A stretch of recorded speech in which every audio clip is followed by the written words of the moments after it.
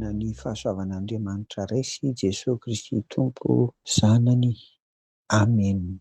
Andeha araka hivavaka isika. Ny maraina tahaka an'izao dia tsy hainay Tompo manomboka ny zavatra rehetra atao raha tsy eo ny teninao, dia ny teny fiainana, sakafo mahavelona anay.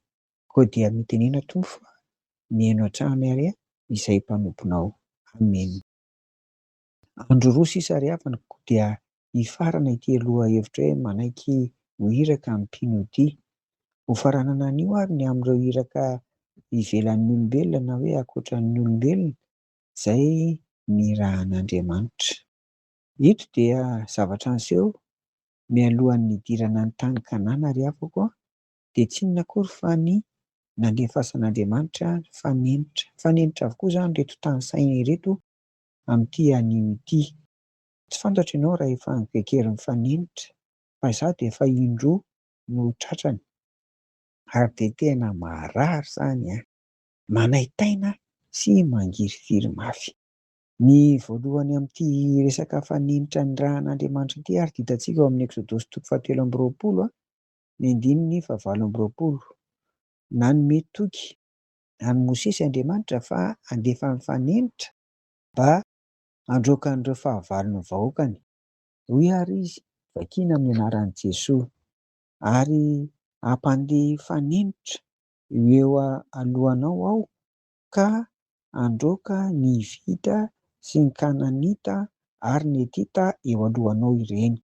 Mbola mampatsiahy ny fampanantenana nataony Andriamanitra dia Mosesy ary no milaza izany indray eto hoe ary ny fanenitra koa dia hampandehan'ny Jehovah Andriamanitra ao ho eo aminy mandrapaharingany izay sisa sy izay efa niry ka tsy hitanao.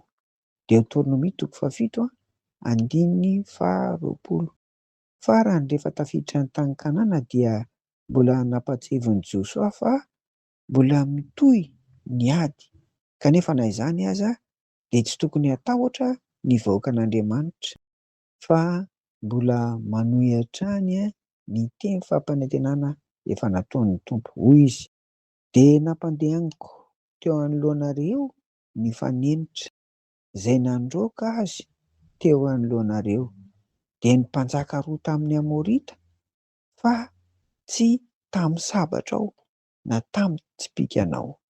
Amen. Hitantsika amin'ireo fa manam-pahefana ny Tompo ary manam-pahefana ny iraka an'izay rehetra azony rahana. Eto izay dia ny fanenitra. Nofidiana ity satria izao, rehefa Andriamanitra mitondra anao amin'izay tanjona tiany hahatongavana, eto dia Kanana, dia tsy maintsy tanteraka izany ara-taon'Andriamanitra ny fomba rehetra. Eto dia asongadin'Andriamanitra fa tsy mila mampiasa fitaovam-piadiana akory aza, fa dia izy mampiasa ny zavaboary entiny mampandresy antsika. Dia tena hatrany ry havana amin'ny mampatsiahy fa eo anatrehan'izany iraka samihafa izany, eo anatrehan'ny fisahiran'Andriamanitra ny amintsika olombelona, nanirahany an'i Jesosy Kristy izany, hanampy antsika, omba antsika, ingany ry havana hampitombo ny finoana sy ny fahatokiantsika ny Tompo izany, fa afaka maniraka ny zavatra rehetra ny Tompo, ahatanteraka ny sitrapony. Amen. Vavaka ary isika. Resy lahatra ary izay Tompo, fa tsy misy afatra ianao ry Andriamanitra, rain'i Jesosy Kristy Tomponay no manana ny hery sy ny fanefana rehetra, hampandresy anay, hahatonga anay koa any amin'ny tanjona tiany ho hahatongavana. Koa ingany Tompo, hitombo hatrany ny finoana, ny fahatokiana, ny fanantenana ianao. Amin'ny anaran'i Jesosy. Amen. Ho aminareo ny fiadanan'i Jesosy ry havako. Amen.